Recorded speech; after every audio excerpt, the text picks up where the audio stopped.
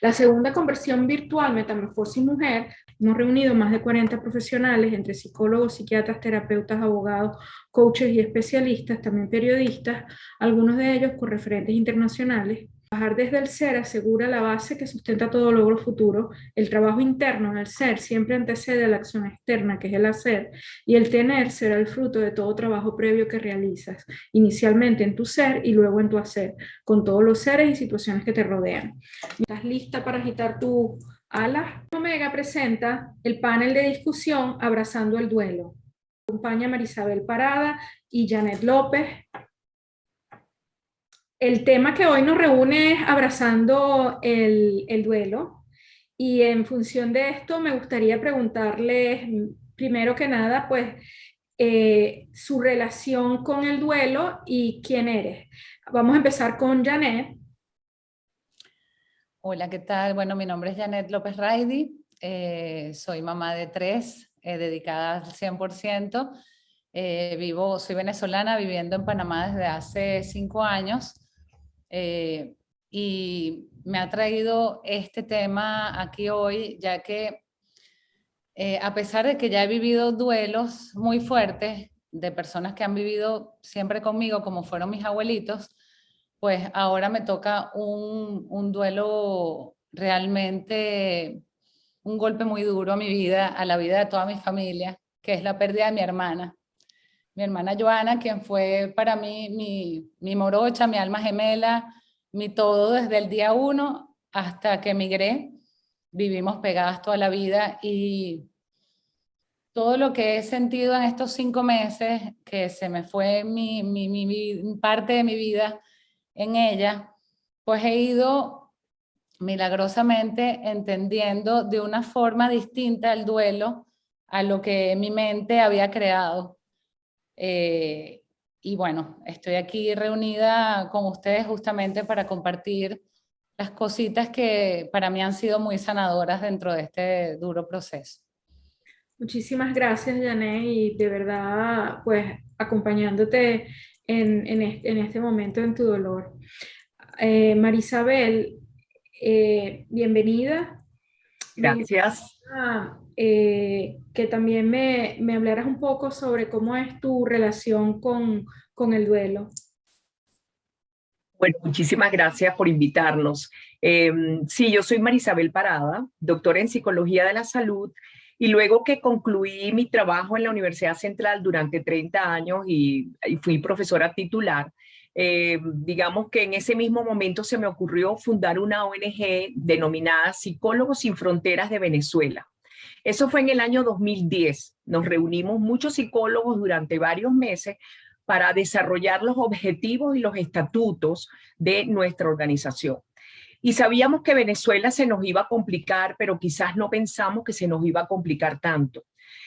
Pensábamos, claro, en los secuestros, en las crisis, en las situaciones adversas, en los estatus socioeconómicos, cómo estaban decreciendo, la hiperinflación, pero nunca nos imaginábamos que nos íbamos a tener que abocar a trabajar con personas en duelo, con personas en crisis, con personas en emergencia humanitaria compleja, con los 6,5 millones de venezolanos que se han ido del país y dejan aquí a sus padres de tercera edad, con nostalgias, con soledad, e igualmente con distintas situaciones con los presos políticos y sobre todo las crisis que vivimos los venezolanos cuando tanto en el 2014 como en el 2017 perdimos a 350 héroes caídos, como los llamamos los venezolanos, y de una vez nosotros estábamos ya organizados en jornadas, en charlas, en atenciones psicológicas.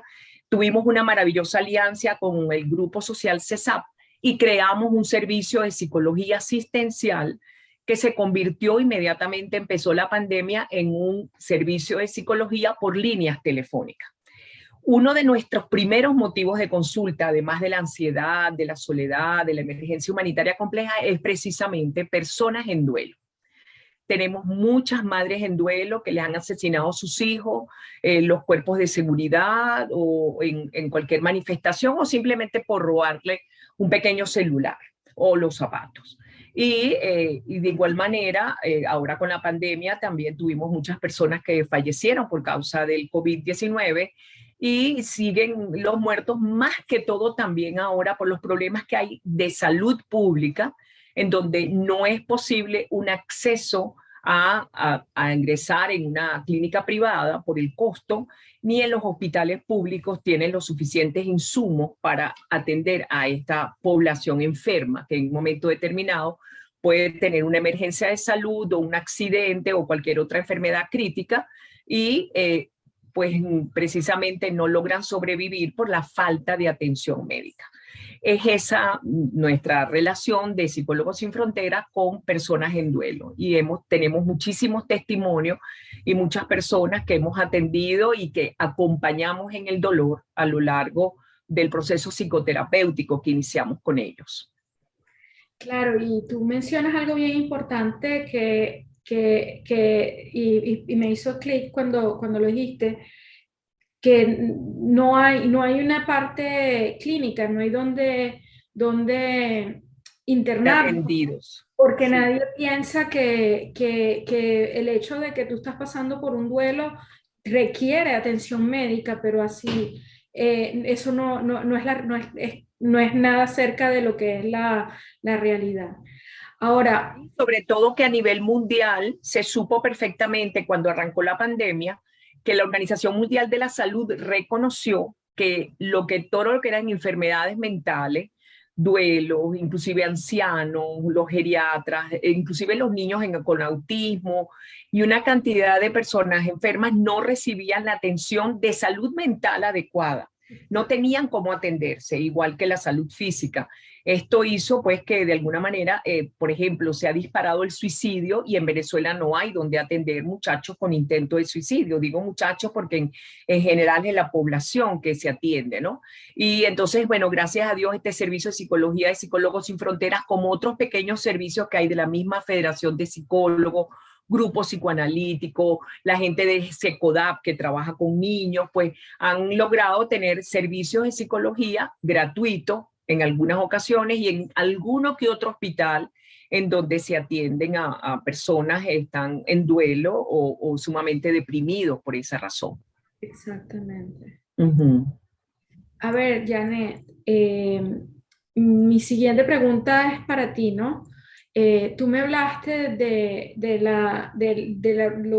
la situación reciente con la muerte de tu hermana y desde tu cuenta, tú siempre has hablado de abrazar los cambios, pero ahora te tocó algo que es más que un cambio, ¿no? ¿Cómo tú empezaste a trabajar y a abrazar el duelo? Bueno, más allá de entender cuándo lo empecé a abrazar, empecé a fluir con lo que empezó a pasarme a mí adentro. O sea, si mi ánimo quería llorar, lloraba. Si quería abrazar a mis hijos, los abrazaba. No he reprimido absolutamente ningún tipo de emoción, porque yo siento también observando como a mis familiares cercanos, yo decía, yo tengo que atravesar los umbrales del dolor rápido, porque esos umbrales del dolor me están matando a mí. O sea, yo, por ejemplo, tenía que ir a regarle las matas a mi hermana y pensar en entrar en esa casa fue además vecina mía toda la vida, pues eso venía como una película y otra que me hacía daño. Yo decía, necesito ir ya a regarle las matas. Y así con todo fui como fluyendo desde que recibí la noticia hasta el sol de hoy. Obviamente la lloro todos los días de mi vida, Claro. pero es el hecho de también la río, también la bailo, también la pinto, también la recuerdo, los anécdotas. Aquí yo no me he privado de nombrarla en ningún momento. En el desayuno podemos estar nombrándola y aquí puede haber quiebres, pero ya yo la nombro como si ella estuviera en Israel en vacaciones. Entonces, claro, con mis hijos también lo he ido llevando como que ellos no vean la muerte desde una forma, por supuesto es que es traumático, sobre todo para los niños, ver que todo todo su proyecto de vida con, por ejemplo, con mi hermana, que era como su otra mamá, se les termina, eso para ellos les genera mucha rabia, pero el hecho de abrazarlo con rabia y todo, abrazarlo con risa y todo, es importante. Hay gente que dice, no, es que a mí me cuesta reír. A mí también me cuesta sonreír, obviamente, pero entonces, ¿qué hago yo? Busco o sea, busco algo que me haga reír de ella para que no me haga sentir tan mal y empezar otra vez a fluir y abrazar esa sonrisa o abrazar ese baile que de repente al principio cuesta mucho. Obviamente el duelo es algo que se lleva como una huella dactilar, es algo que tiene un sello único. Yo no le puedo decir a mi mamá, lleva el duelo así o asado, o a una amiga o a mi hijo, pero sí les puedo decir, bueno, según lo que yo siento, que es más sanador es abrazarlo y no reprimirlo. Reprimirlo te enferma más, te hace sentir en la mente que va y viene esa angustia o ese reflejo que es horrible, pues ese umbral del dolor que está ahí como metiendo el dedo en la llaga. Hay veces que las personas me dicen, es que tú vives metiendo el dedo en la llaga. No, yo los atravieso.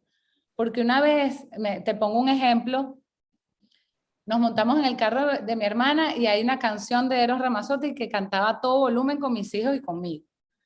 La primera vez que la escuchamos después, estuvimos los 4 minutos a todo llorar, los 4 abrazados, que no podíamos, bueno, ni cantarla. Pero ya no había día que no nos montáramos en el carro de ella. Mis hijos no querían poner otra canción que no fuera esa. Así viajáramos 2 horas como lo hicimos, poníamos otra vez la canción y poníamos otra vez la canción. Y ya esa canción, a veces la cantamos, a veces la reímos, a veces la lloramos, pero ese umbral, ese primer umbral, ya lo atravesamos. Entonces, ha sido mi manera en realidad muy personal de llevar un duelo que honestamente, y te lo digo con todo el corazón, si en algún momento yo me imaginé que esto iba a pasar hace 3 años, yo le decía a mi familia es que yo me muero con ella, yo me entierro con ella, yo me caigo en ese hueco con ella porque éramos uña y curuña, pues, o sea, éramos demasiado unidas y ha sido mi manera de honrarla, de tenerla presente, porque siento que si no la nombro, que si no la tengo presente, no la estoy honrando, la estoy sufriendo.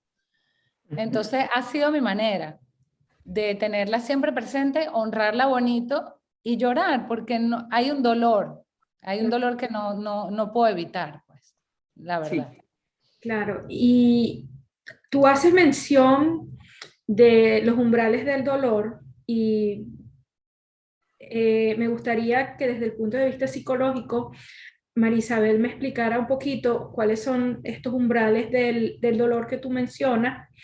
Y me gustaría también que Marisabel me explicara, en tu caso, tú lo abrazas, ¿no? Pero tú necesitas también alguien que te arrope. ¿Cómo, desde el punto de vista psicológico, Marisabel, ustedes prestan este servicio de ya no de abrazar, sino como de arropar el duelo?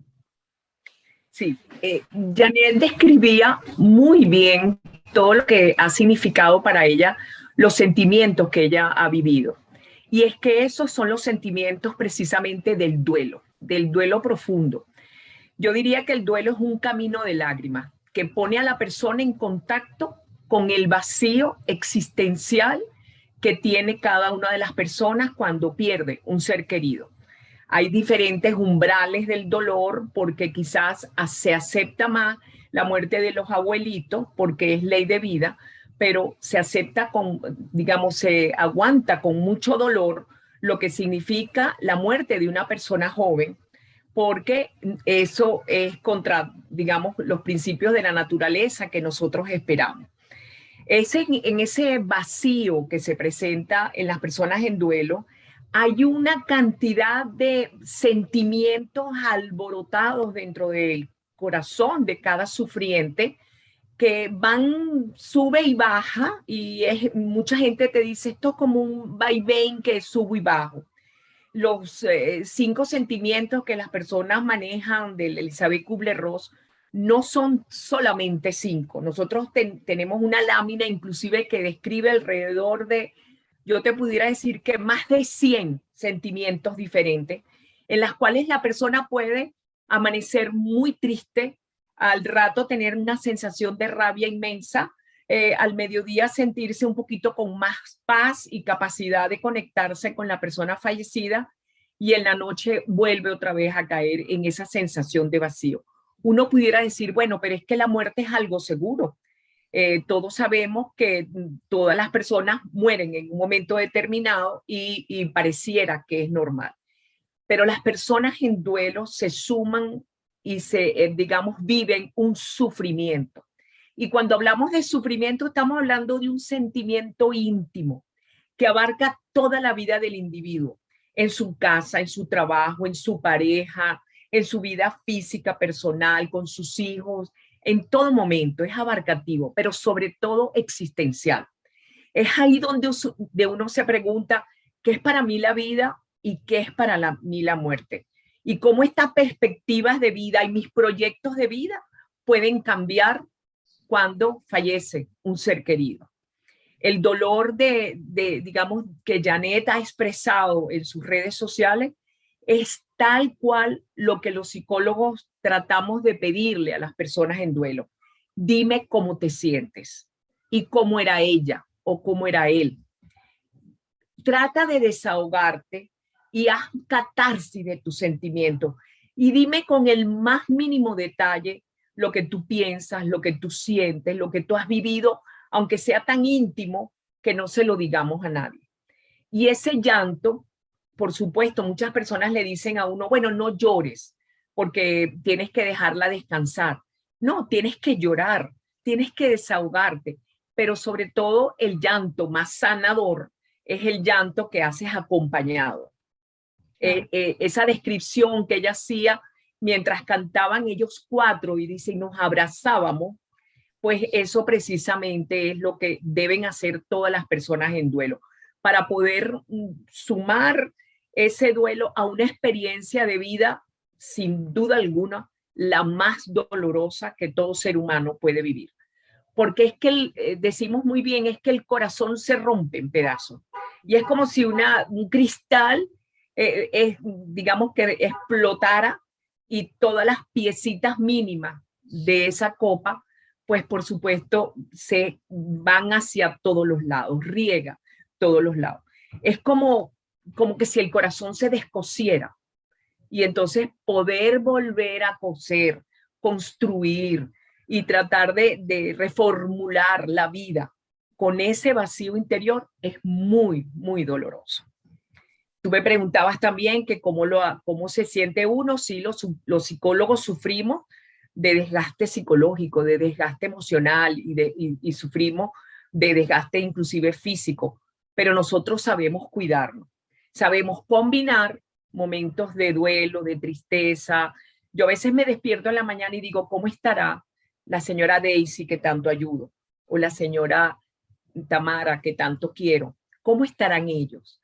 Porque siento que ellas están en ese momento viviendo un profundo dolor y yo no estoy ahí al lado para poderlos acompañar.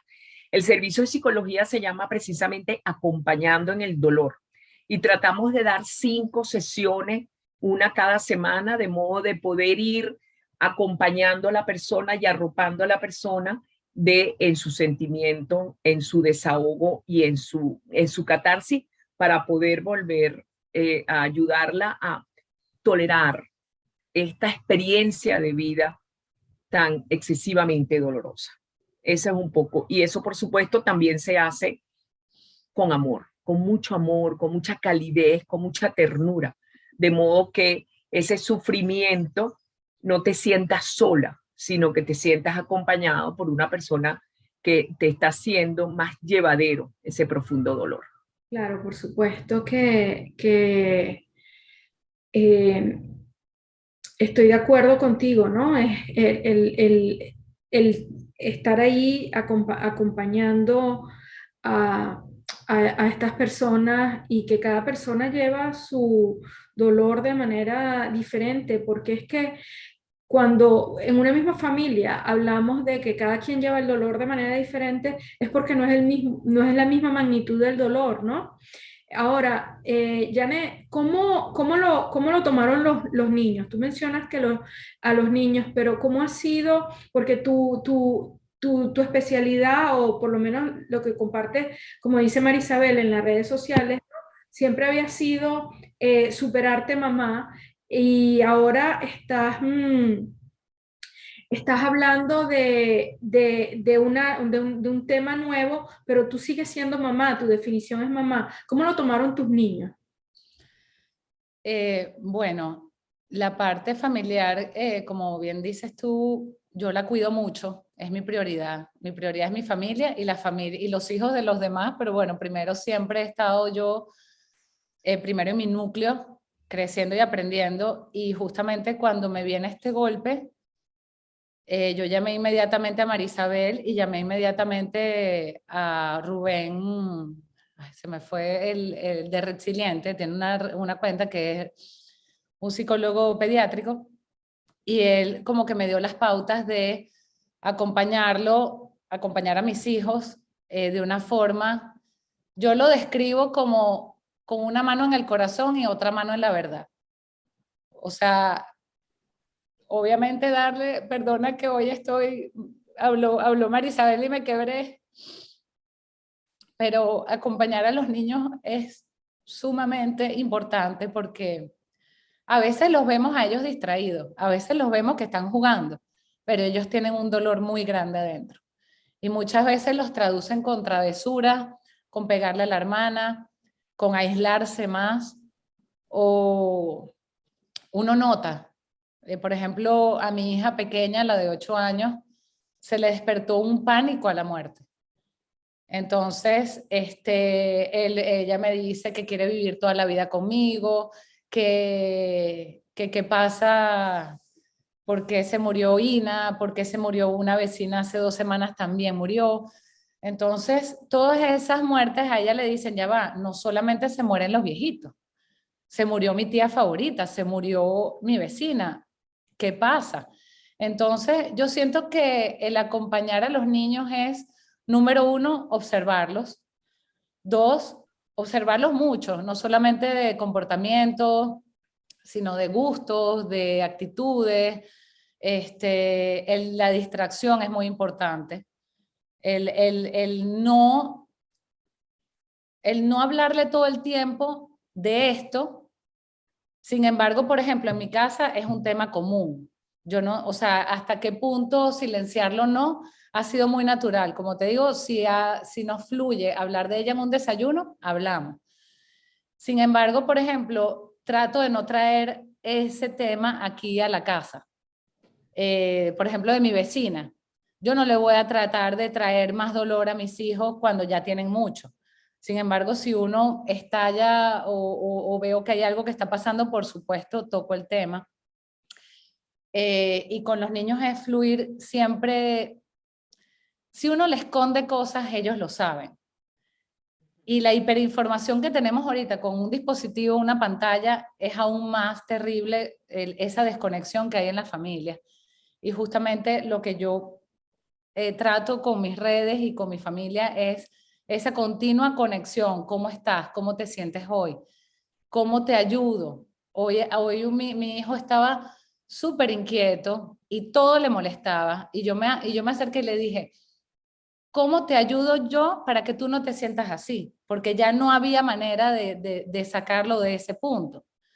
Entonces, yo pienso que es eso, es no ocultarle nada, pero tampoco es meterle el dedo en la llaga de vamos al cementerio, pues vamos a llevarle. A mí mi hijo me pidió que lo llevara al cementerio, yo eso es lo único que no lo complací, porque me parecía que era, ya hablamos demasiado de ella, ya la llevé a la casa, mis hijos durmieron en la cama de mi hermana, cosa que no pude hacer yo, pero ellos lo quisieron. Y me lo dijeron, me lo pidieron tanto que yo cedí y se fueron con mi cuñado a pasar esa parte con ellos. Y me imagino que fue bastante una montaña rusa, por supuesto, llegar a ese lugar donde ellos vivían durmiendo con ella. Entonces, yo creo que la familia es importante de tener ambas manos, pues, no esconder, pero también fluir, pues, Como con la presentar verdad.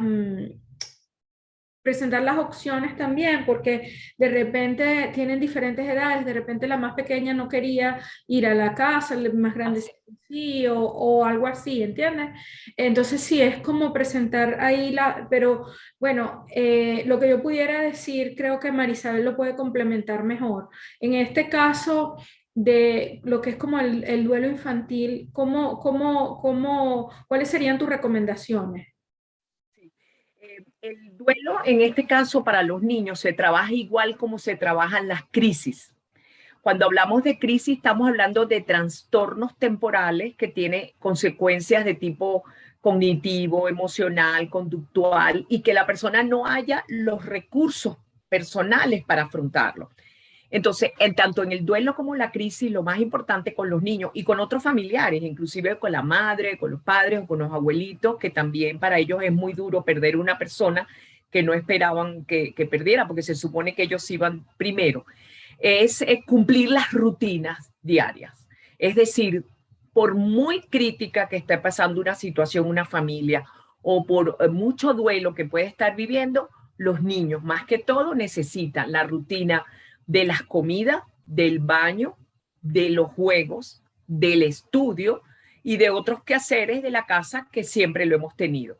Ellos tienen que tener ese equilibrio emocional continuamente. Y aunque estemos en duelo y estemos pasando una situación de, por ejemplo, estamos en un refugio, bueno, se incendió el edificio, bueno, vivimos una catástrofe, hay que hacer todo lo posible por darle una coraza de protección. Cuentas conmigo, yo te cuido y tanto tu papá como yo vamos a estar muy pendientes de ti.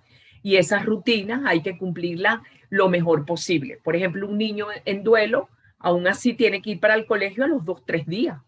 Tiene que hacer sus tareas, tenemos que sentarnos con ellos a jugar de distintas las edades y el adolescente tiene que bañarse y irse a la barbería a cortarse el pelo en caso que le crezca, por decir algo, ¿no? Eso es lo mismo en cuanto a la rutina. Y otra de las cosas que también está haciendo Yanni, que nos está diciendo, es promover y reforzar reflexiones en familia. Eso da mucho miedo. Nosotros en general los latinoamericanos no tenemos cultura de la muerte. Y yo digo que la cultura de la muerte se traduce en conductas operativas tales como vamos a sentarnos y vamos a hablar cómo lo vives tú, qué sientes tú, qué te has recordado tú, qué piensas de ella, qué has reflexionado sobre ello. Y todos tenemos que escuchar al otro en la familia, escucharnos a nosotros mismos y poner en bandeja de plata, por decir así, cómo me estoy sintiendo. Tengo rabia, porque un miembro de la familia puede tener rabia, es aceptado y no es criticado. Tengo tristeza, dolor, vamos a conversar sobre tu tristeza y tu dolor. Tengo la sensación de culpa porque no estuve con ella, porque no se me permitía por la misma enfermedad, que fue lo que más pasó dentro de la pandemia, que no pudimos estar con las personas que fallecieron porque no pudimos ingresar dentro de sus cubículos ni dentro de sus clínicas en donde ellos estaban hospitalizados o dentro del cuarto de nuestras casas. Eso fue muy doloroso porque se supone que nos han enseñado que debemos acompañar al moribundo. En este caso, pues no fue posible durante casi 2 años de la pandemia. Entonces, claro, con los niños hay que hacer lo que hizo Janet. Vamos a sentarnos, a reflexionar, a pensar. Si sale el tema porque hoy fuimos a la playa y a esa playa iba ella, vamos a conversar sobre eso. ¿Te acuerdas cuando tu tía, tu hermano, tu papá, tu abuelo hacía tal cosa? Y eso es importante, esos recuerdos, de modo que sean los recuerdos sanos, que hagan que la persona no se aísle, que es algo muy común también en el duelo, que se ponga muy sola y no quiera comunicarse con nadie, no quiera llamar. Yo tengo personas en duelo en el exterior que ni siquiera llaman aquí a sus hermanos, hermanas y amigos, porque sienten que al llamarlo se va a recrudecer el dolor, porque en la conversación vamos a recordar al fallecido. Pero eso además es muy, digamos, no es sano, para no decir patológico, sino que es necesario promover la reflexión e inclusive promover las creencias. ¿Qué creemos dónde está nuestro ser querido en este momento. ¿Qué es lo que creemos de la vida eterna? ¿Qué es lo que creemos que realmente pasó y qué estamos aprendiendo de esta pérdida? Y eso es importante que las personas, aunque no hayan, digamos que trabajado, porque son preguntas muy existenciales, uno no habla en un diario, conversación, uno no habla de esas cosas, pero en estos momentos se hace importante el tener colocar en la mesa las conversaciones sobre nuestros sentimientos, esas creencias y esas reflexiones acerca de nuestro ser querido. Una cosa que a mí me parece importante también es destacar y entender que no es solamente que cada persona vive el duelo de manera diferente, no, es que cada quien está viviendo un duelo diferente. Porque el hecho de que se te murió, a ti se te murió tu hermana, Janet, pero de repente a tu mamá se le murió su hija y tú no puedes... Claro. Y el duelo de tu mamá no es que ella te duele más a ti o que le duele más a ella, no es que no es que el duelo tiene un medidor, pero es que son dos duelos diferentes. Entonces, de repente a tu hijo se le murió su tía, pero, ¿entiendes? Cada persona tiene una situación distinta en el sentido de que es otro tipo de punto de vista también. Por Que va a ejemplo, depender, exacto, va a depender de la relación que teníamos con la persona, pero también va a depender de cómo nosotros a lo largo de nuestras vidas hemos procesado el sufrimiento y hemos procesado las situaciones adversas que a lo largo de nuestras vidas, aunque sean cortas, lo hemos vivido. Y con quién conté yo en esos momentos de tristeza y dolor. Entonces los niños cuentan con sus padres, con sus abuelos, con sus tíos restantes, ¿no? Y eso es importante, ese apoyo y ese soporte emocional y soporte social que dan también otros ayudadores, maestros, sacerdote, el profesor, la niñera, cualquier persona en un momento determinado puede ser un soporte emocional. Lo importante es no dejarlo solo, a nadie que esté en duelo. Yo atiendo una madre en duelo que ella le mataron a su hijo en un autobús. El muchachito era de 16 años, tricampeón de Kempo, de esta disciplina parecida al karate, ¿no? Y venía precisamente el Instituto Nacional de Deportes con sus amiguitos y entró el delincuente con una moto afuera y él entró y dijo, pidió los celulares y él se le había perdido. Y él dice, no, pana, se me perdió, no lo tengo. Y dice, eso es mentira. Y le pega un tiro y lo deja moribundo. Entonces una señora se baja del autobús con los niños restantes, los muchachitos restantes llegan al hospital público y cuando logran avisarle a la madre, cuando ella llega, ya sale el cirujano a decir que no lo pudo salvar. Era su único hijo varón, tiene una hija casada, una hija mayor, y ella me dice que justamente los días que ella logra dormir un poco, porque también de eso no hemos hablado, todas las secuelas tanto de sentimientos como físicas que tienen las personas en duelo. Ella, por supuesto, el insomnio es el primer síntoma de toda persona en crisis y en duelo.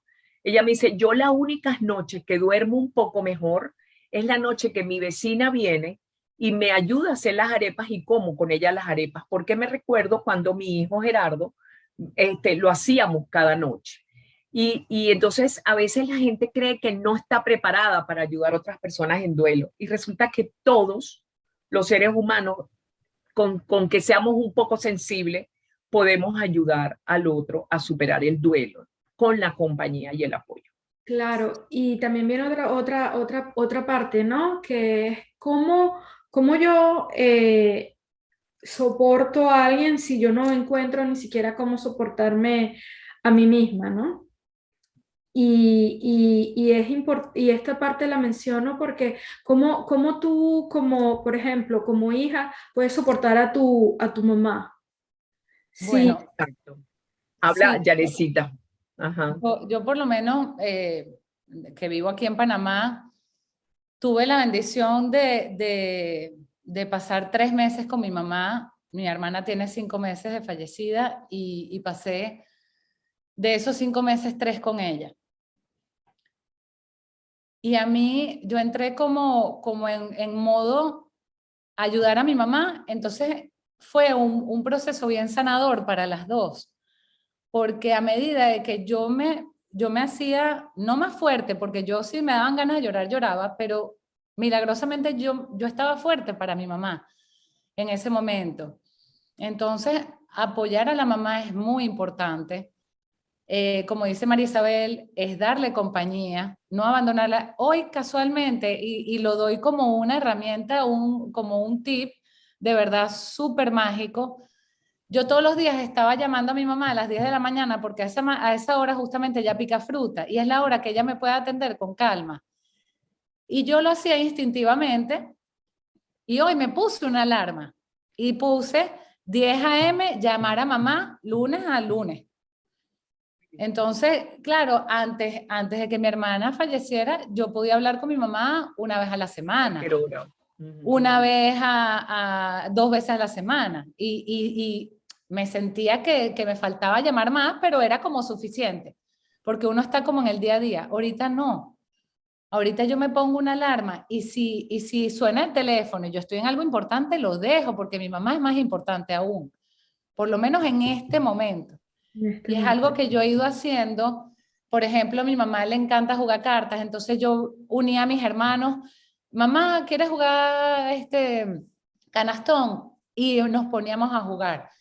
Es buscarle no solamente la compañía, el acompañamiento, es buscarle distracción y esas preguntas que de repente, no le preguntes cómo estás, pregúntale cómo te sientes hoy.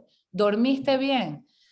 Cada vez que yo saludo a mi mamá es como un padre nuestro. Es, hola mami, ¿cómo estás? ¿Cómo te sientes? ¿Dormiste bien? Eso es una cosa que ya no la hacía antes. Yo simplemente decía, hola mami, ¿cómo estás? ¿Cómo se siente mi papá? Y ya, ahorita lo hago ya con Consciente. mente, con conciencia. Perfecto.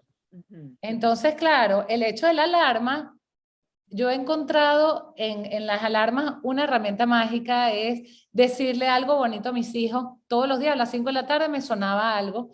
Ya lo apagué porque mi papá, mis hijos eran y que ya sé que me vas a decir que me amas.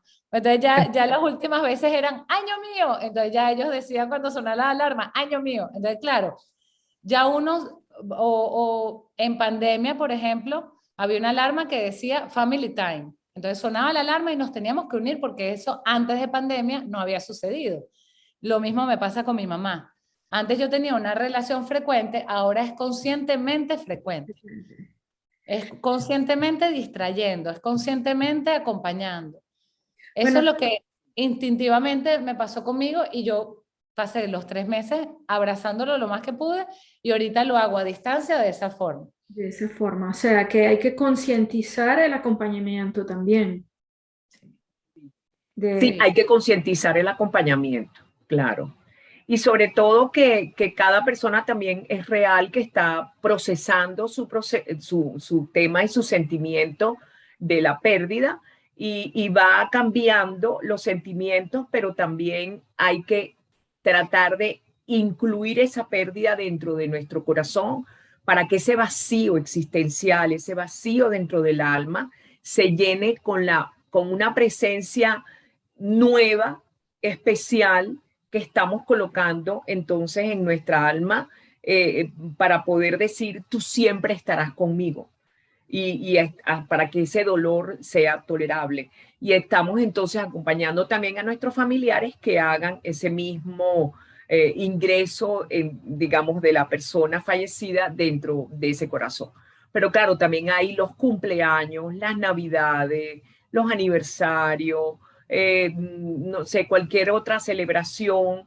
Va a ser cada vez más duro, ¿no? Las idas a los cementerios, que son también importantes, las misas que se mandan a hacer o los ritos que podemos hacer, ¿no? Que esa son también importantes. Y ya eso era la siguiente pregunta que te iba a hacer, ¿no? ¿Cuál es la importancia de los ritos funerarios? No sé si quiere Janecita decirlos primero. La- bueno, Son de eh, todo tipo, pues. bueno, yo con el tema de rituales, casualmente un mes después de partir mi hermana ella hubiese cumplido sus 45 años, eh, y estaba demasiado reciente. Y yo le pregunté, de hecho, a Marisabel si era prudente yo poder hacer algún tipo de ritual, unos globos al cielo con cartas.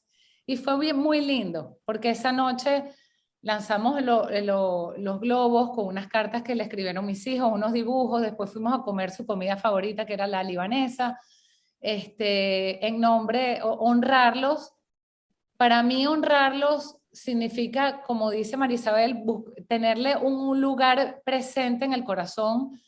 Obviamente le quitas un poquito el sufrimiento, pero el dolor va a estar ahí. O sea, le quitas como ese enfoque de sufrimiento, viene a ser un enfoque de gratitud, de gracias, aquí estoy haciéndote este ritual para recordarte y siempre honrarla. Los rituales yo creo que son importantes, primero para mantener esa parte de la fe con los niños, con la familia. Tener siempre una creencia es importante, porque si no yo siento que uno se siente como un poco perdido, a dónde estará el alma de esa persona. Yo tengo plena seguridad de que mi hermana me acompaña día a día, y no solamente porque lo siento, bueno, las manifestaciones desde que ella partió han sido infinitas, y eso es lo único que me ha dado no me quita el dolor, pero me da como una cierto respiro de saber, yo sé que estás aquí, me lo estás diciendo demasiado evidente, y eso me da un poquito de consuelo. Recuerdo que No, tú compartiste una historia específica cuando la firma en la vela, y a mí eso Exacto, yo. o sea, me pareció como, wow, sí, es que uno a veces piensa que no, pero ahí estaba, ¿no? ha sido la manifestación de la vela, de la firma de ella en la vela, ha sido como la más evidente que yo he podido decir, es que está aquí con nosotros. Y fíjate que esa firma la hizo la noche anterior a que mi hermana mayor se regresara a Bogotá. Nosotros estamos todos en Caracas. Y por cosas de la vida yo subí a ver la vela, no sé por qué, esa es una vela que mi mamá le tiene encendida a mi hermana. Eso es uno de los rituales que le tiene mi mamá, uno de los pocos.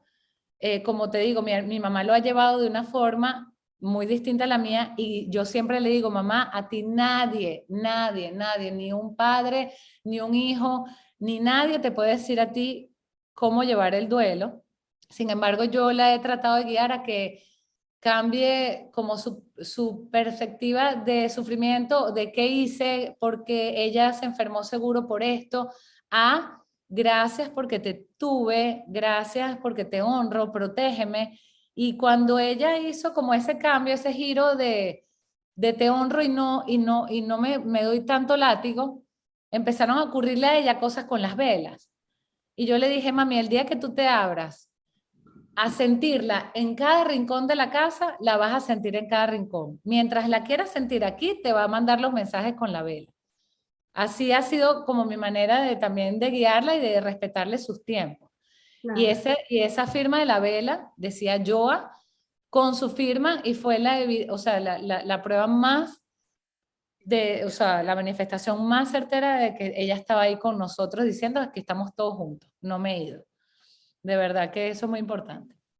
Y también una de las manifestaciones muy bonitas que sienten las personas en duelo son los sueños, que sueñan claramente con la persona que ha fallecido, y son sueños que, bueno, que para los psicólogos es un placer tratar de interpretarlos, porque es como demasiado sencillo, y además hermoso. Fíjense, esta madre en duelo, por ejemplo, ella me contaba, casi 3 años después de fallecido su hijo, ella me decía que su gran angustia es cómo estará su hijo, que tenía en ese momento 16 y que ahora tendría 19. Entonces ella vio que él vino a la casa, se acostó en su cama al lado de ella, y ella le dijo, mi amor, si te vas a acostar, era mucho más grande, tenía ya más cuerpito, ya era un muchacho que representaba los 19 años, y ella le dice, hijo, si te estás acostando, quítate los zapatos. Y le dijo, no, mami, no me los puedo quitar. Entonces ella lo abrazó en el sueño, y al rato él se paró y se fue. Entonces yo le decía, por eso no se quitó los zapatos, porque cuando uno se quita los zapatos porque se va a quedar, Claro. ¿no? va a restar dentro de ese hogar o dentro de esa cama. Él no se los quitó y por supuesto, o sea, lo abrazó y le dijo alguna frase. Ella sintió que él le dijo alguna frase de esta que se decían entre ellos como grandes amigos. Pero también fíjate que Mayrin ha hecho mucho digamos, el hecho de que no todos vivimos el mismo proceso de duelo y no lo manifestamos. Los padres de Janet, cuando yo les pregunté que dónde creían ellos que estaba su hija Joana, el papá que tiene 82 años, tiene tu papi, Janet, me decía, dijo llorando, yo sé dónde está Joa, está con mis padres. Él quedó huérfano siendo adolescente, el papá de Janet, y fue muy, muy bello. Fue muy lindo, sí. El sentir ese sentimiento de parte de él, ¿no? Claro. Porque esos son de alguna manera que tiene que ver con las creencias. Las creencias de ellos como personas más mayores que Janet son más profundas y arraigadas un poco al pasado. Y una cosa que es importante, en cada duelo se viven los anteriores duelos. Y eso es algo importante que todos tenemos que saber. Eso es un principio psicológico. Igual que una crisis se vive en las anteriores crisis. Entonces, para él supo cuál fue su peor duelo en su vida. Cuando su madre joven muere, lo deja él en una edad juvenil con 4 hermanos menores que él. Entonces, para él el duelo tiene que ser diferente. Él ya vivió un profundo duelo. Su madre, que era la de la casa, porque su papá lo había perdido estando él todavía mucho más niño, y ellos 5 quedan huérfanos y él como hermano mayor. Entonces, para él como padre, este duelo es una experiencia más vital, existencial, dolorosa, que lo quiebra igual, pero él, para sentirse mejor, se agarra de sus creencias religiosas y dice, yo sé dónde está con mis padres en el cielo. O sea que más hermoso no pudo haber sido su respuesta. Entonces, él puede ser que no exprese ni proyecte todo lo que Janet dice, lo que ella conversa, lo que ella quiere ayudar, lo que ella trata de consolar, pero él dentro de él está tranquilo porque sabe que su hija está acompañada con sus abuelos. Y eso es lo bonito de los duelos. O sea, dentro de lo, digamos, de lo duro que pueden ser los duelos, es como cada quien asume su propio dolor y lo incorpora en su vida y aprende a vivir con ese dolor y sigue viviendo, y hasta esa experiencia y ese aprendizaje lo lleva inclusive a desarrollar nuevos proyectos, por ejemplo, nuevas tareas, nuevas actividades. A veces hay familias que toman nuevas decisiones excelentes luego del fallecimiento de algún ser querido. Claro, porque la crisis los lleva a experimentar, es como el tema de la metamorfosis, ¿no? Después de un momento de cierre, expanden sus alas. Así es, del capullo al volar con las alas, así es. ¿Hay algo más que quieras que te digamos? Bueno, en estos momentos no me queda más que pues agradecerles su presencia hoy aquí en esta convención. Metamorfosis, me parece que cubrimos de manera bien fluida y de manera bien... tratamos de mostrar las dos caras de un proceso de duelo, porque cuando existe el proceso de duelo, está la persona que lo siente, pero también está la persona que tiene que acompañar, la persona que tiene que estar allí, y me parece que de manera como pudimos como expresarlo. Ahora, si ustedes tendrían algo más que agregar para cerrar esta participación de hoy. Bueno, yo quisiera darte, bueno, de verdad dale, que las gracias, darte las gracias porque gente como ustedes que también ayudan todo el tiempo a formar, a promover las reflexiones y a educar a otros dentro de estas, digamos, mecanismos y plataformas virtuales que hace que tenga acceso a muchas personas. Y además decir que principalmente para el duelo o para cualquier otra crisis, lo fundamental es ayudarse por profesionales de salud mental, de ayuda, que estén bien acreditados, certificados. Y Psicólogos Sin Fronteras Venezuela, los venezolanos que estén donde estén o sepan hablar español, no importa que sean o no venezolanos, y que tengan un teléfono inteligente, pueden perfectamente localizarnos y poder recibir la atención por líneas telefónicas, ¿no? Y eso es bien importante. Es bien importante difundir esto porque yo pienso que no mucha gente lo sabe, ¿no? Así es. Digamos que el Instagram de Psicólogos Sin Fronteras, que ahí pueden conseguir los teléfonos o todas las formas de ayudarse, se llama así tal cual, @PSF Venezuela, o sea, con las siglas de Psicólogos Sin Fronteras, y en Facebook también. Pero quizás que el Instagram y el Twitter son los que se mueven más, con más facilidad para que la persona pueda lograr contactarnos. Así es. Muchísimas gracias, Marión. De verdad que sí. Bueno, no, muchísimas gracias a Mayrim, a Marisabel por esta conversa que nos ayuda a entender el duelo desde otra perspectiva, ayudar a muchas personas que no saben cómo manejar los golpes inesperados de la vida y respetar. Yo creo que aquí la conclusión es acompañar y respetar sin juzgar en todo momento, en todas las etapas del duelo. Y nada, en el espacio de @superartemamá, superarte.mamá, que ha sido siempre una cuenta de conexión emocional y superación familiar, pues todos estos meses los he dedicado al tema del duelo, de cómo lo he llevado personalmente con mis hijos, con mi mamá, y milagrosamente se ha unido mucha gente que está justamente agradecido porque no sabían poner en palabras las emociones que todo esto pues surgen. Sí, así es. Bueno, muchísimas gracias, Marisabel, Janet, por acompañarnos hoy, por estar aquí en esta presentación como parte de la convención virtual Metamorfosis Mujer. Son 18 ponencias que vamos a tener, más de 40 ponentes, como ya lo mencioné, y les digo que, bueno, muchísimas gracias. Gracias a ti, Mayrin. Gracias y bendiciones. Igual. Hasta luego. Gracias a ti, Janetcita.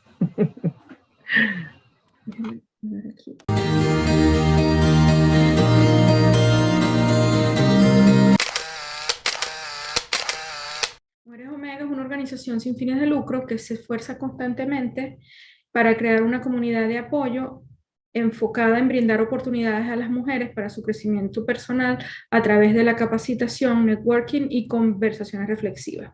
Reconocemos que cada mujer es única y tiene un gran potencial, y uno de los valores fundamentales de Mujeres Omega es fomentar el crecimiento. Queremos que las mujeres encuentren valor en nuestros eventos y las ayuden a salir adelante con sus vidas.